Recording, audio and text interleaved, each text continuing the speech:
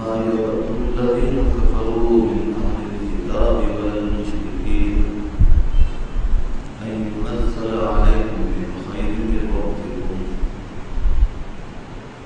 والله يختص برحمته من يشاء والله ذو الفضل العظيم. صدق الله العلي العظيم وصدق رسوله النبي الكريم.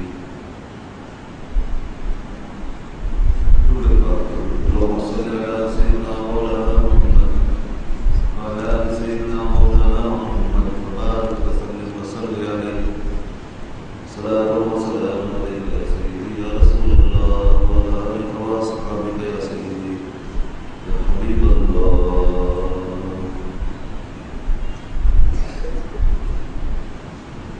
سورہ بقرہ اور یہ آیت نمبر 105 آپ کے سامنے اللہ تبارک و تعالیٰ اہل کتاب اور مشرکین کا ذکر فرماتا ہے اور ان کے دلوں میں کیا ہے، اس سینوں میں کیا رکھا ہے اور کس قسم کی خواہشیں حسرت قلب کی، اس حقیقت کو اللہ تعالیٰ نے یہاں بیان فرمایا ہے. فرمایا ما یود الذین کفروا من اہل الکتاب والمشرکین، یہ جو اہل کتاب اور مشرکین قسم کے کفار ہیں، اہل کتاب بھی کفار ہیں اور مشرکین بھی کفار، یہ سب کافر ہیں. ان کو قرآن کفار قرار دیتا ہے، کافر قرار دیتا ہے. تو یہ نہیں چاہتے، یہ کافر، یہ اہل کتاب، یہ مشرکین نہیں چاہتے کہ نازل کیا جائے تمہارے اوپر تمہارے رب کی طرف سے کوئی خیر. یہ اس چیز کو پسند نہیں کرتے، اس سے راضی نہیں. نہ کفار اس بات سے اہل کتاب کی قسم کے یہ خوش ہیں اور نہ مشرکین. واللہ یختص برحمتہ من یشاء، اور اللہ کو خاص فرما لیتا ہے اپنی رحمت کے ساتھ جس کو چاہتا ہے. اس لیے جو رب ہے، قادر ہے، قدیر ہے. واللہ ذو الفضل العظیم، اور اللہ تعالیٰ بڑے فضل والا ہے. یہ ہے وہ آیت.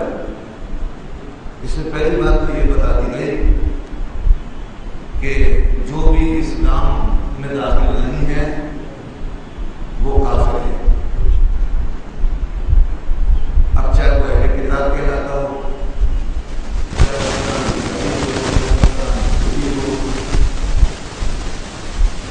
اور چاہے اس کو مشرک کہا جاتا ہو.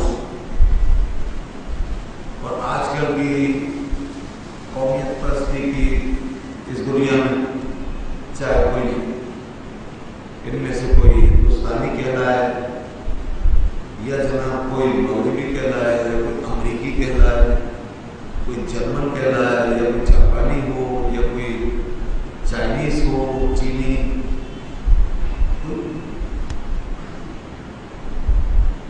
تو یہ سب جو اسلام میں داخل نہیں وہ سب کافر ہیں، اور سب نان بلیورز ہیں، سب کافر ہیں. اور کوئی بھی شخص اگر یہ حسن ظن رکھتا ہے اور وہ اتحاد بین الادیان یا بحث ادیان سے متاثر ہو کر یہ کہتا ہے کہ بھائی اہل کتاب اور دوسرے کافروں میں کوئی فرق ہے اور یہ مسلمانوں کے ساتھ شامل ہو سکتے ہیں، تو یہ اس کا اپنا کفر ہے.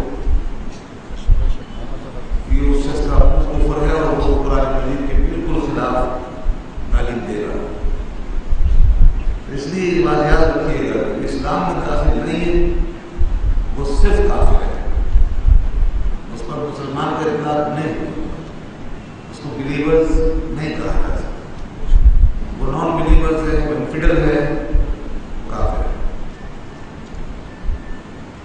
ہاں یہ ضرور ہے کہ کفار میں مسلمانوں کی دشمنی میں سارے کفار برابر نہیں، اور ضروری نہیں ہے کہ ہر کافر مسلمانوں کا دشمن ہو، ان میں انفرادی طور پر کچھ آپ کے لیے نرم رکھ سکتے ہیں، کچھ آپ کے حامی ہو سکتے ہیں، کچھ آپ کے مددگار ہو سکتے ہیں، کچھ آپ کے سپورٹر ہو سکتے ہیں، سیاسی حمایت آپ کی کر سکتے ہیں، کاروبار میں آپ کے ساتھ مل کے چل سکتے ہیں، لین دین آپ کے ساتھ کر سکتے ہیں، تعلیم تعلم دنیا کی یہ آپ کے ساتھ ہو سکتا ہے، یہ غلط بات ہے۔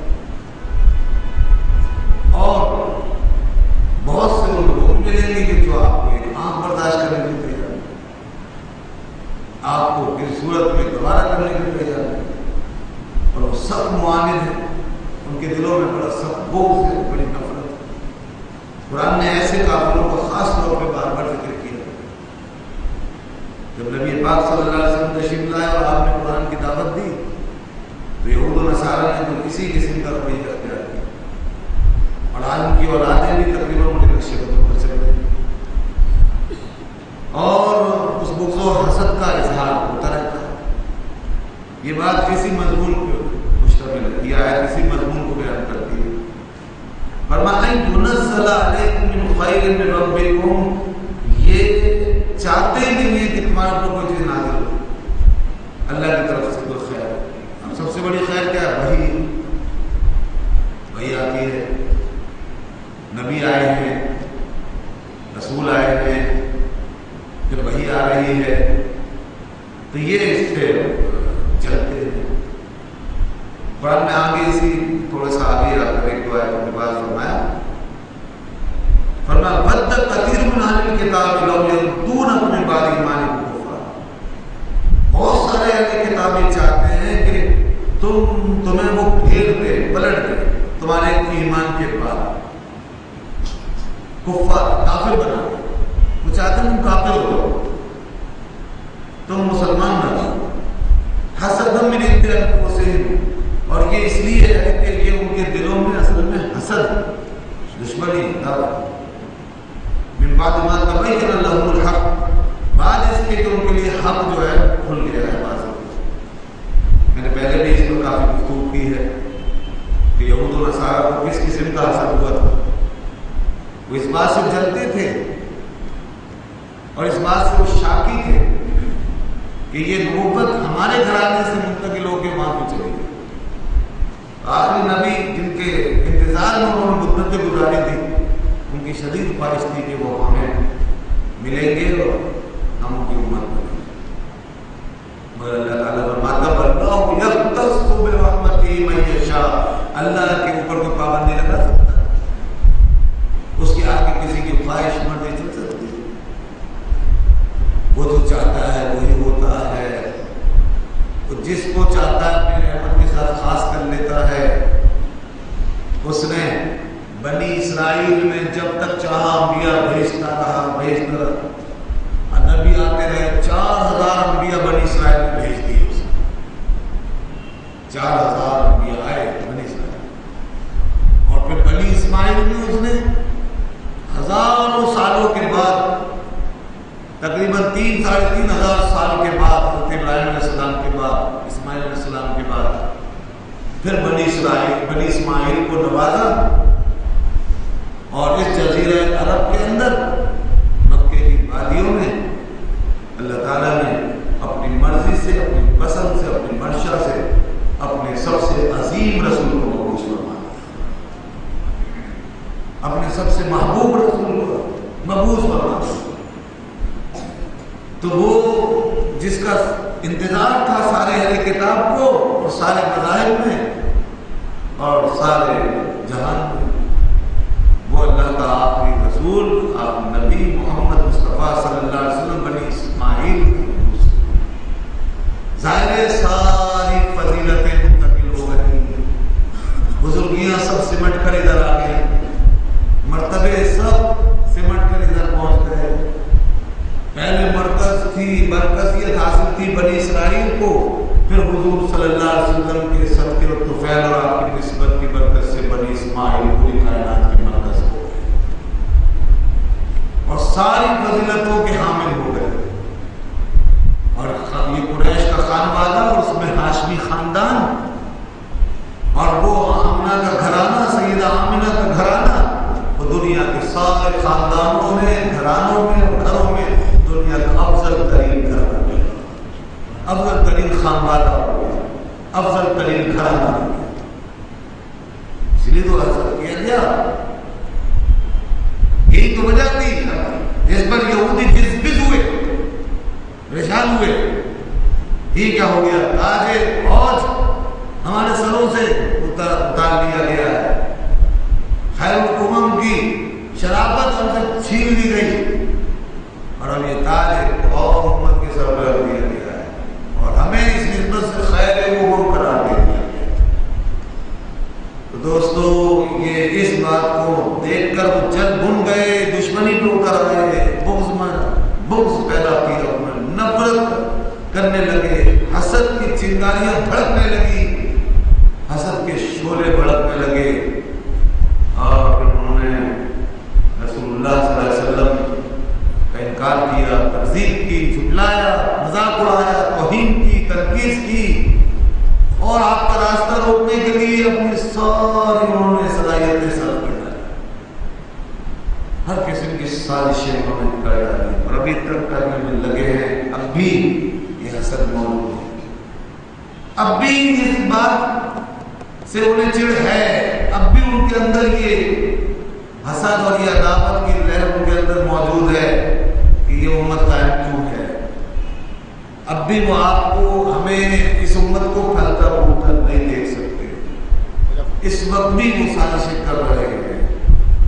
1000 سال ہمارے جو عروج کا انہوں نے دیکھا تو پھر سازشیں کی اور کس طریقے سے ہم سے وہ جواہر چھین لیے اور لے لیے جن کی بنیاد پر انہوں نے اپنے آپ کو نصب کیا، یہود نے اور نصارہ نے، اور دنیا کی مادی طاقت جمع کر کے اور ڈسپلن پیدا کر کے علمی اور سائنسی ترقی حاصل کر کے اس کی بنیاد پر انہوں نے اپنے آپ کو غلبہ ایک قسم کا دے دیا اور اس غلبے تسلط نے اس امت کو اپنے شکنجوں میں جکڑ لیا، آپ کو جگہ جگہ خرید لیا، سودے کیے، خوب خریدا، خوب بیچا، خوب خریدا، خوب بیچا، اس ہاتھ خریدا، اس ہاتھ بیچا، رو گیا، یہ گیا، بڑے بڑے گئے، ادھر سے ادھر سے کہاں سے کیا کیا ہو رہا. قومیں فروختن چرزاں فروختن، بڑے بڑے خریدار، بڑے بڑے بیوپار اس قوم کے سودے کرنے میں لگے ہوئے اور اس کے بدلے میں بڑی باری باری قیمتیں، پیسہ، حسن، عیاشیاں، کیا کیا خدمتیں ہوئی اس کے بدلے. وہ دیکھو شاعران کا اشر دیکھو کیسے قوم کو بیچ کر رسوا کر کے پھر آخر کس انجام کو پہنچا. تو پتہ نہیں کتنے ایسے مثالیں موجود ہیں. اکبر سادات کو لے لو اور ابھی موجودہ دیکھیے انقلاب اسپرنگ، عرب اسپرنگ میں کتنے بہ گئے، کتنے پناہ گزین ہوئے، کتنے جو ہے ان کی آشیرواد کے اندر بچائے گئے اور کتنوں کو تحفظ دیا گیا. اور کیا ہوا، کسی کو مار دیا، کسی کو تحفظ دیا، کسی کو بچا لیا. بعد یہ سلسلے ہمارے سامنے موجود ہیں دوستوں. وہ لگے ہوئے ہیں اس سازش میں مگر ہم نہیں سمجھ پاتے کہ کیا ہو رہا ہے. قرآن نے ایک بات کھول کھول کے بتا دی ہے، فرمایا لوگوں یہ تمہارے خلاف یہ سازشوں کا یہ ماحول ہمیشہ قائم رہے گا. اللہ تعالیٰ فرماتا ہے وَلَن تَرْضَىٰ عَنْكَ الْيَهُودُ وَلَا النَّصَارَىٰ حَتَّىٰ تَتَّبِعَ مِلَّتَهُمْ. اے محبوب یہ یہود و نصارہ تم سے کبھی راضی نہیں ہوں گے یہاں تک کہ تم ان کی ملت کی پیروی کرو. یہود و نصارہ صرف ان لوگوں سے خوش ہوتے ہیں جو ان کے مطلب کی بات کریں، ان کے مطلب کا فتویٰ دیں، ان کو خوش کریں. یہود و نصارہ اس پر خوش ہوتے ہیں اور جو دین حق کو پیش کرے، دین کی صحیح ترجمانی کرے، دین کی حقیقت حقانیت واضح کرے، یہود و نصارہ اس سے خوش نہیں ہوتے. تو فرمایا ابھی بھی یہ تم سے خوش نہیں ہوں گے، کبھی راضی نہیں ہوں گے جب تک کہ تم ان کی پیروی نہیں کرو. واللہ ذو الفضل العظیم، اللہ تعالیٰ بڑے فضل والا ہے. اور اس سے پہلے فرمایا کہ وہ جسے چاہتا ہے اپنی رحمت کے ساتھ خاص کر لیتا ہے. یہ بڑے کام کی بات ہے، یہ عقیدہ ہے. اللہ تبارک و تعالیٰ نے اپنے بارے میں جو کچھ بتایا ہے وہی ہمیں اس کے بارے میں سمجھنا ہوگا اور اسی کے مطابق عقیدہ رکھنا ہوگا۔ اللہ تعالیٰ خود ہی اپنے بارے میں بتا سکتا ہے یا اس کے بتائے سے اس کا نبی ہمیں گائیڈ فرما سکتا ہے۔ اس کے علاوہ دنیا میں کوئی حکیم، کوئی افلاطون، کوئی سقراط، کوئی بقراط ہمیں اللہ کے بارے میں نہیں بتا سکتا۔ دنیا نے خود سے اللہ کو جاننے کی کوشش کی تو گمراہ ہوا۔ ارسطو، افلاطون نے اپنی حکمتیں لگائیں مگر گمراہ ہوئے۔ یاد رکھنا، اللہ فرماتا ہے دیکھو یہ اس کے فیصلے ہیں، وہ جس کو چاہتا ہے اپنے فضل سے نواز دیتا ہے۔ وہ قادر و قیوم ہے، وہ ساری عطاؤں کا مالک ہے، پھر وہ اپنی مرضی سے جسے چاہتا ہے۔ یعنی بتا یہ رہا ہے وہ کہ ضروری نہیں ہے کہ تم جو ہے اپنا حق جتاؤ، ضروری نہیں ہے کہ تمہارے معیار کے مطابق فیصلہ کیا جائے، ضروری نہیں ہے کہ تمہاری کوالٹی کو پیچھے نظر رکھا جائے۔ اس کی مرضی ہے، جسے چاہے جب چاہے جہاں چاہے نواز۔ تو دوستو بات یہ ہے کہ اور خاص طور پہ یاد رکھنا کہ نبوت اور رسالت کے لیے جو اس کا معیار ہے وہ صرف اور صرف اسی کا تخلیق کیا ہوا معیار ہے۔ اس میں کسی کا کوئی پیمانہ، کوئی قیاس، کوئی مقیاس کارفرما نہیں۔ بظاہر ظاہری نگاہ سے دیکھنے والوں نے یہ فیصلے کیے کہ یہ کیا بات ہوئی کہ ایک ایسے گھرانے میں کہ جہاں شفقت پدری بھی نہیں ہے، جہاں پہ یتیمی کا ماحول بن چکا ہے، جہاں غربت ہے، افلاس ہے، جہاں پہ دنیا کی دولت و حشمت نہیں ہے، جہاں بڑے عہدے نہیں ہیں، بڑے بڑے منصب نہیں ہیں، ایسے گھرانے میں اللہ اپنے نبی کو پیدا کر دیتا ہے۔ دنیا پرست، عہدوں کے پیچھے بھاگنے والے اور دنیاوی جاؤ جلال کی پوجا پرستش کرنے والوں کی آنکھوں میں یہ بات کھٹکتی تھی کہ یہ کیسے ہو سکتا ہے۔ کسی بڑے گھر میں، کسی بڑی حویلی میں، کسی بڑے عہدوں اور منصبوں کے بیچ میں، سرداروں کے گھروں میں، سرداروں کے ماحول میں، لاکھوں کروڑوں کے ڈھیر میں کوئی آئے پھر کہے وہ کہ میں نبی ہوں، تو وہی مانا جائے کہ ہاں یہ نبی ہو سکتا ہے۔ تو یہ اللہ کا معیار ہے، تمہارا معیار نہیں۔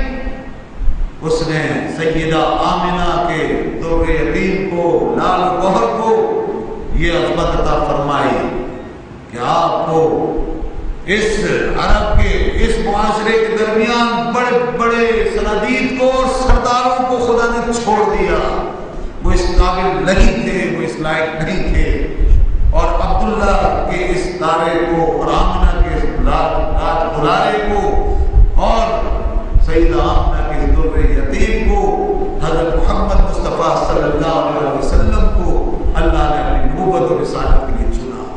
اللہ فرماتا ہے اللہ عالم حیث یجعل رسالتہ، اللہ جانتا ہے کہ وہ اپنی رسالت کو کہاں رکھ رہا ہے، کون اس کا حقدار، کون مستحق ہے، کس کو اللہ نے بنایا ہے اس کا حقدار، کس میں کیا کوالٹی ہے، کیا کمال ہے۔ یعنی ہمارے معیارات کی کوئی حیثیت نہیں ہے۔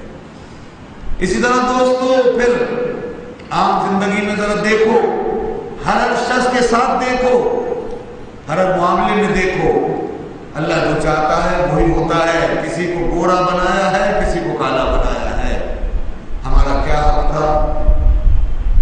کسی کو اللہ نے زیادہ عقل دی ہے، کسی کو کم عقل دی ہے، کسی کو صحیح و سالم پیدا کرتا ہے اور کسی کو معذور پیدا کر دیتا ہے، کسی کو شکل کسی طرح کی دیتا ہے، کسی کو کسی طرح کی دیتا ہے۔ سب کی طبیعتیں الگ الگ بنائی ہیں، مزاج الگ الگ بنائے ہیں۔ کسی کو اللہ نے بڑے بڑے عہدے منصب دیے ہیں، کسی کو نہیں دیے ہیں، کسی کو دولت دی ہے، عصمت دی ہے، کسی کو نہیں دی ہے۔ یہ سب اس کے فیصلے ہیں، وہ دیتا ہے۔ اس کی بنیاد پر دوستو یہ نہ سمجھو کہ اگر اس نے ایسا کیا ہے تو جس کو حسن دے دیا وہ اس کے ساتھ ہو گیا ہے، جس کو دولت دے دی ہے وہ اس کے ساتھ ہو گیا ہے، جس کو اس نے عہدہ دے دیا وہ اس کے ساتھ ہو گیا ہے۔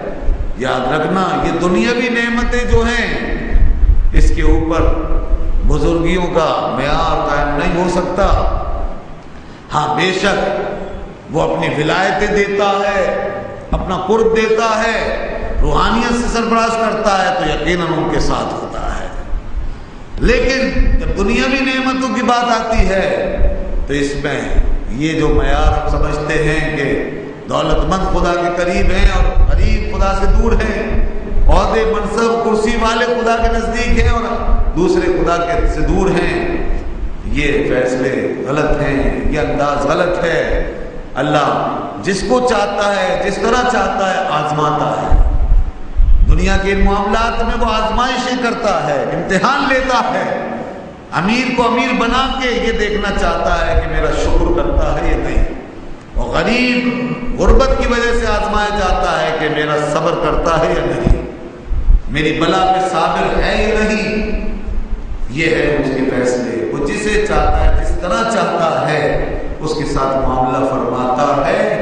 ہمیں صرف اور صرف اچھے کام کرنے ہیں، ہمیں دونوں چیزوں کے بیچ میں اپنے لیے صحیح راستہ متعین کرنا ہے۔ اسی لیے نبی کریم صلی اللہ علیہ وسلم نے فرمایا کہ مومن کی شان یہ ہے، مومن کا مقام کہ مومن کبھی نقصان میں نہیں رہتا۔ اگر واقعی مومن ہے تو فرمایا کبھی نقصان میں نہیں رہتا، اس کے دونوں ہاتھ بھرے ہیں۔ اگر نعمت ملی ہے تو شکر ادا کرتا ہے، اور شکر بھی عبادت ہے، اور اگر تکلیف پہنچی ہے تو صبر کرتا ہے، اور صبر بھی عبادت ہے۔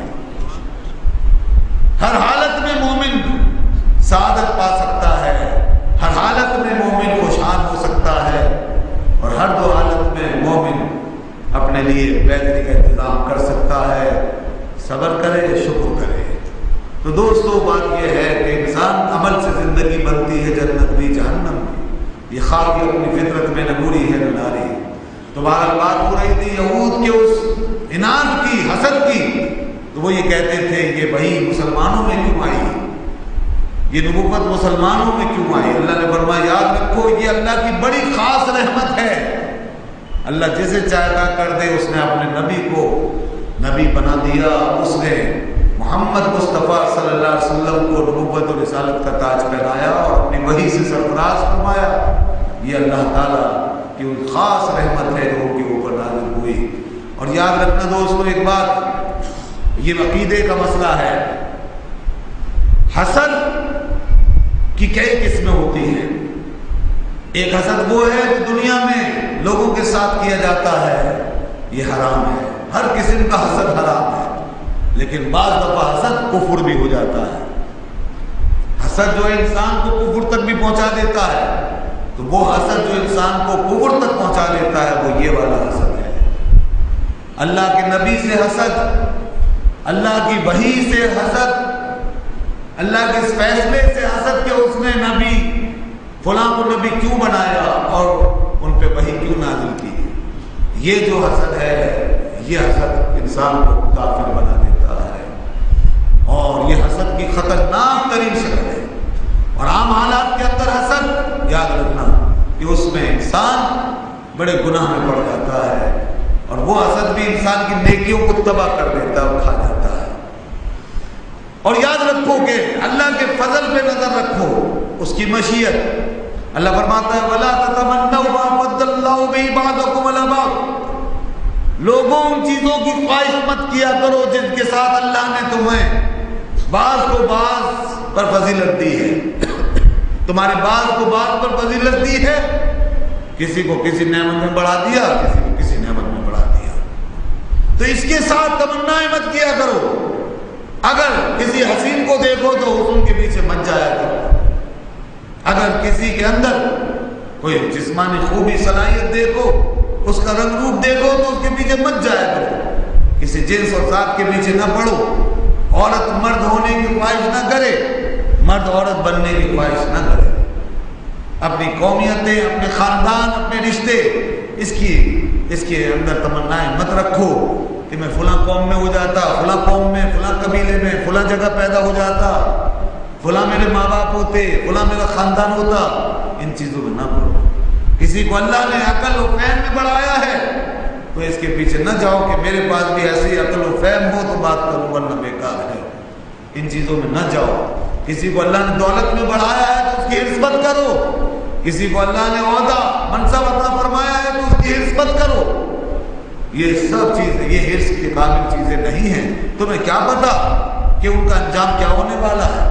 کسی کا حسن اس کے لیے آخرت میں تباہی بننے والا ہے, دنیا میں فتنہ بننے والا ہے. کسی کی دولت جہنم کا سانپ اور بچھو بننے والی ہے. کسی کی کرسی جہنم کے انگاروں سے دہکنے والی ہے.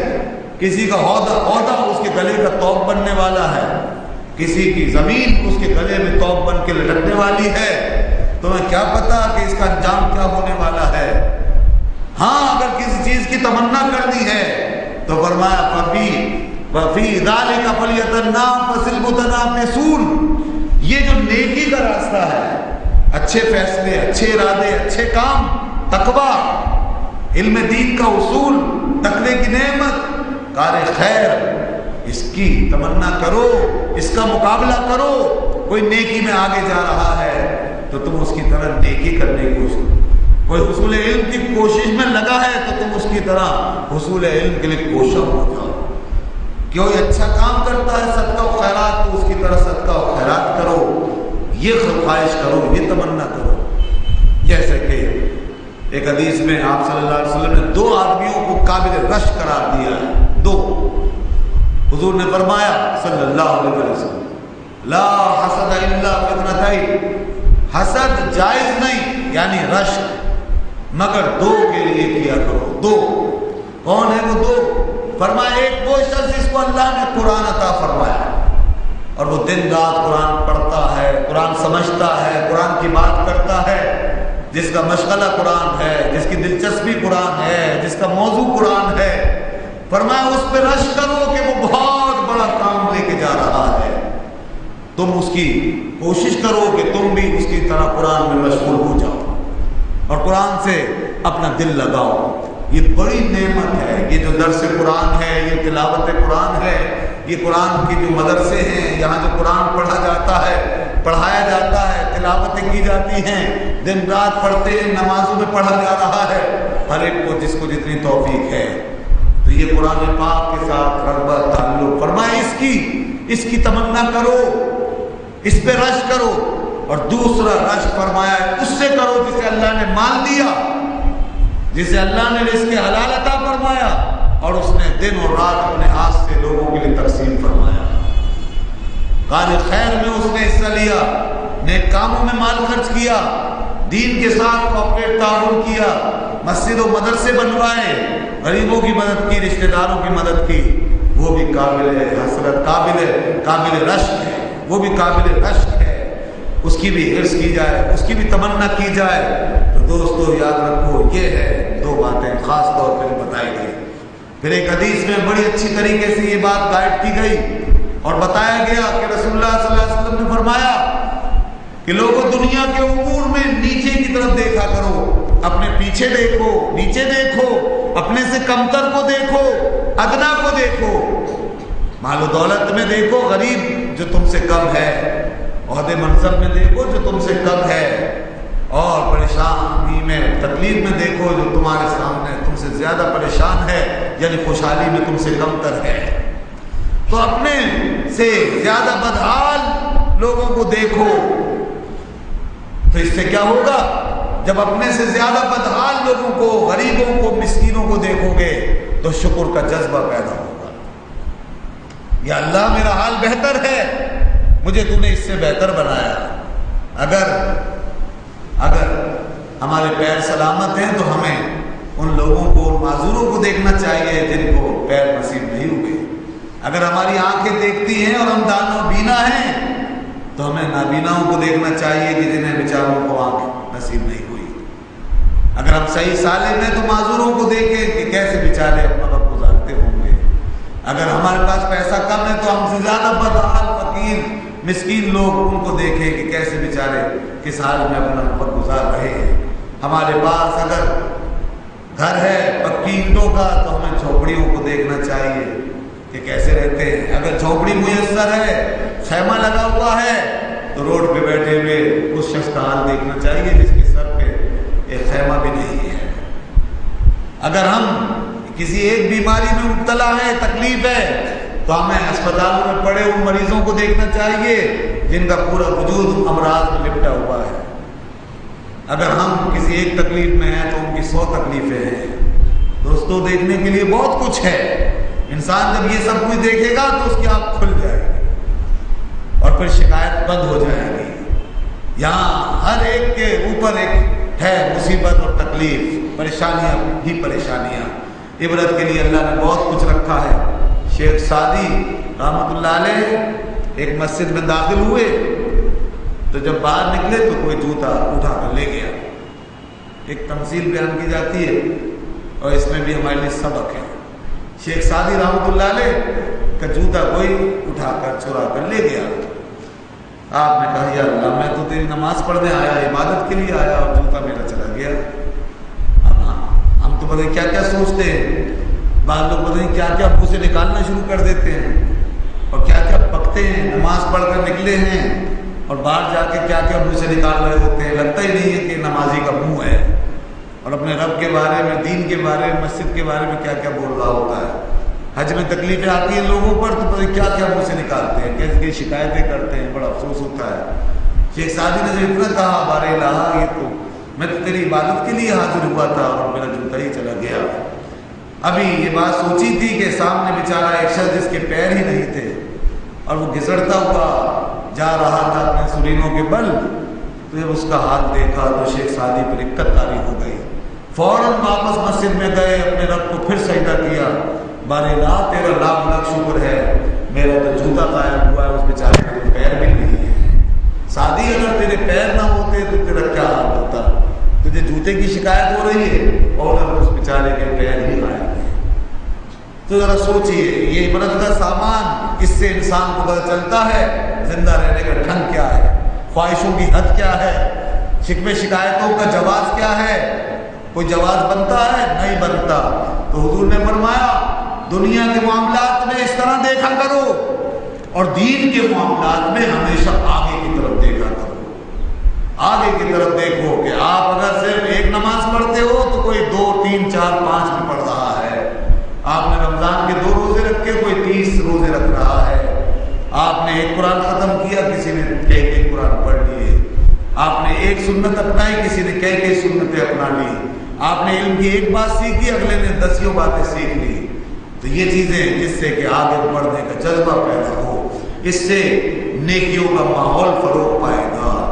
تو فرمایا واللہ یختص برحمتہ من یشاء، اللہ جسے چاہتا ہے وہ خاص کرتا اپنی رحمت کے ساتھ. اور جب کسی کو دیکھو نعمت کے ساتھ، اللہ کی دین و عطا کے ساتھ، تو کہا کرو بار الہ تیری شان ہے تو جسے جو چاہتا فرما دے، جسے جو چاہتا فرمائے. سب تیری دین ہے، سب تیری عطا ہے، سب تیری بخشش ہے، تیرے فیصلے ہیں. جب اللہ کی عطا، اس کے فیصلے، اس کی بخشش کا تصور کرو گے تو دماغ سے حسد نکل جائے گا، جلن نکل جائے گی، پھر کوئی شکایت نہیں آئے گی. میرے رب کا فیصلہ ہے، وہ جس کے ساتھ جو چاہے فیصلہ فرمائے، جسے جس عطا کے ساتھ چاہے خاص فرما دے. یہ اس کی شان ہے. حضرت انس بن مالک رضی اللہ تعالیٰ عنہ کہتے ہیں ہم بارگاہ رسالت میں حاضر تھے. مسلم شریف کی حدیث ہے. حضرت انس رضی اللہ عنہ کہتے ہیں کہ ہم بارگاہ رسالت میں حاضر تھے کہ تھوڑی دیر کے بعد حضور اکرم صلی اللہ علیہ وسلم نے فرمایا ابھی تمہارے پاس ایک شخص آئے گا وہ جنتی ہوگا. ابھی ایک شخص آئے گا اور وہ جنتی ہوگا. اللہ کے رسول نے بات ارشاد فرما دی، ہمیں انتظار ہو گیا. تھوڑی دیر کے بعد ایک جوان آیا جس کی داڑھی سے وضو کے پانی کے قطرے ٹپک رہے تھے. اس کے بائیں ہاتھ میں اس کی جوتیاں تھیں. وہ آیا، ہم نے اسے دیکھ لیا، یہ جنتی شخص ہے. پھر دوسرا دن ہوا، پھر اسی طرح ہم بارگاہ رسالت میں حاضر ہوئے تو حضور نے پھر فرمایا ابھی تمہارے پاس ایک شخص آئے گا اور وہ جنتی ہوگا. دوسرے دن بھی پھر یہی ہوا کہ وہی شخص اسی طرح ہمارے پاس آیا تو ہم نے دیکھا وہی شخص ہے، تو یہی وہ جنتی ہے. سبحان اللہ. 2 دفعہ بشارت. پھر تیسرا دن آیا تو پھر سرکار دو عالم صلی اللہ علیہ وسلم نے فرمایا ابھی تمہارے پاس ایک شخص آئے گا اور وہ جنتی ہوگا. ہم نے دیکھا کہ تیسرے دن بھی وہی شخص چلا آ رہا تھا. اب لوگوں کو تجسس ہو گیا، اس کے بعد پھر کیا ہوا؟ حضرت عبداللہ ابن عمر رضی اللہ عنہما کہتے ہیں میں اس کے ساتھ لگ گیا. کیا چیز دیکھنے کے لیے؟ دیکھیے یہ ہے وہ جذبہ کہ کیا ہے وہ چیز کہ جو اس کے پاس ہے تو ہم بھی اپنائیں. یہ مسابقت ہے. جنتیوں کی دوڑ میں شامل ہونے کی کوشش کرو. انہوں نے دیکھا یہ جنت میں جا رہا ہے، جنتی ہو گیا، ہم بھی اپنائیں وہ بات. چلو ان کے ساتھ رہو. 3 دن تک اس کے ساتھ ساتھ رہے. 3 دن تک دیکھتے رہے شب و روز کہ کون سا جنتی عمل ایسا ہے جس کے لیے سرکار نے اس کو بشارت دی، اور 1 دفعہ نہیں 3 دفعہ دی. وہ کہتے ہیں کہ میں نے دیکھا کہ وہ رات کو عشاء کی نماز کے بعد سو جاتا تھا اور پھر رات کو قیام بھی نہیں کرتا تھا. وہ شخص رات کو نہیں اٹھتا تھا، پھر صبح فجر کی نماز کے لیے اٹھتا تھا، اللہ کا نام لے کے سوتا تھا اور فجر میں پھر خدا کا نام لے کے اٹھتا تھا. میں نے دیکھا کوئی قیام نہیں، کوئی رات کی عبادتیں نہیں، کوئی سجدے نہیں، کوئی ذکر اذکار نہیں. تو اس کے بعد میں نے اس سے پوچھا کہ بھائی یہ بتاؤ کہ آخر کون سا ایسا عمل کر رہے ہو تم کہ اللہ کے رسول نے 3 دن تک تمہارے لیے بشارت دی ہے کہ تم جنتی ہو؟ مجھے تو کوئی ایسا عمل نظر نہیں آتا. انہوں نے کہا اس جوان نے کہ اے ابن عمر، عمل تو بس یہی ہے جو تمہیں نظر آ رہا ہے، وہ ایسی بات نہیں ہے. کہا تو پھر کیا بات ہے؟ کہا بس یہی جو تم دیکھتے ہو. کہا ٹھیک ہے. یہ بات کر کے آپ جانے لگے تو اس جوان نے کہا میری بات سنو اے ابن عمر، ایک بات سنتے جاؤ کہ ایک بات یہ ہے کہ میں ہمیشہ کبھی کسی مسلمان سے بغض و حسد نہیں رکھتا. میرے دل میں کسی کے لیے حسد نہیں ہے، کسی کے لیے عداوت نہیں ہے، کسی کی برائی نہیں کرتا ہوں. میں عداوت نہیں، حسد نہیں، میں اس سے اپنے آپ کو پاک رکھتا ہوں، دل کو صاف رکھتا ہوں. تو یہ ہے وہ حضرت ابن عمر نے کہا بس یہی وہ چیز ہے، تیرا دل جو اتنا صاف ہے اسی میں جنت بسی ہوئی ہے. دلوں کو صاف کرو تو جنت خود تمہارے دلوں میں بس جائے گی. محبت کرو تو اللہ کے لیے کرو، نفرت رکھو تو اللہ کے لیے رکھو. یہ ہمیں حکم دیا گیا ہے. من احب للہ فقد ابغض، من احب للہ وابغض للہ وآطى للہ ومنع للہ فقد استکمل الایمان. جس نے اللہ کے لیے محبت کی، اللہ کے لیے نفرت کی، اللہ کے لیے دیا، اللہ کے لیے منع کیا اور روکا، بس اس کا ایمان مکمل ہو گیا، اس کا ایمان مکمل ہو گیا. تو اس لیے یہ وہ اصحاب تھے کہ اللہ کے لیے محبت کرتے تھے، اللہ کے لیے نفرت، جو قابل نفرت تھا، جو نافرمانی کے کام، برائی کے کام، ان کاموں سے انہیں نفرت ہوتی تھی اور لوگوں سے وہ محبت کیا کرتے تھے، انسانوں سے محبت کیا کرتے تھے.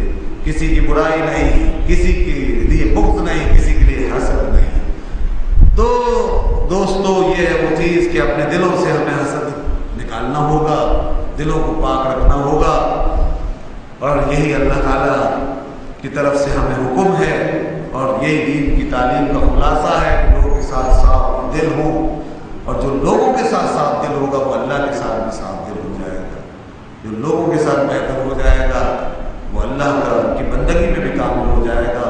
یہ بہت اہم چیز ہے، اس پر عمل کرنا پڑے گا ہمیں، ورنہ صرف نماز روزہ یاد رکھیے گا کہ اس سے خالی صرف اس سے بات نہیں بنے گی جب تک دل صاف نہیں کریں گے. ضربے لگانے سے بات نہیں بنے گی، اور مخصوص لباس پہن لینے سے بھی صرف بات نہیں بنے گی. ہمیں بڑی بیماریاں بھی دور کرنی ہوں گی. نماز بھی فرض ہے، روزہ بھی فرض ہے، دین کے جو احکام ہیں وہ اپنی جگہ لاگو ہوں گے، مگر ہم بہت سی چیزوں سے غافل ہیں. بھائی مانا کہ ہم سمجھتے ہیں یہ کوئی ایسی بات نہیں ہے. اصل بات تو وہی ہے کہ نماز پڑھ لی، روزہ رکھ لیا، کچھ ذکر کر لیا، کچھ نعت پڑھ لی، کچھ تلاوت کر لی، حج کر لیا، عمرہ کر لیا. اب لوگوں کا کیا ہے، بس جس کو جس طرح چاہو ڈیل کرو، جس کے ساتھ جو چاہو سلوک کرو. بندوں کی کوئی حیثیت نہیں ہے.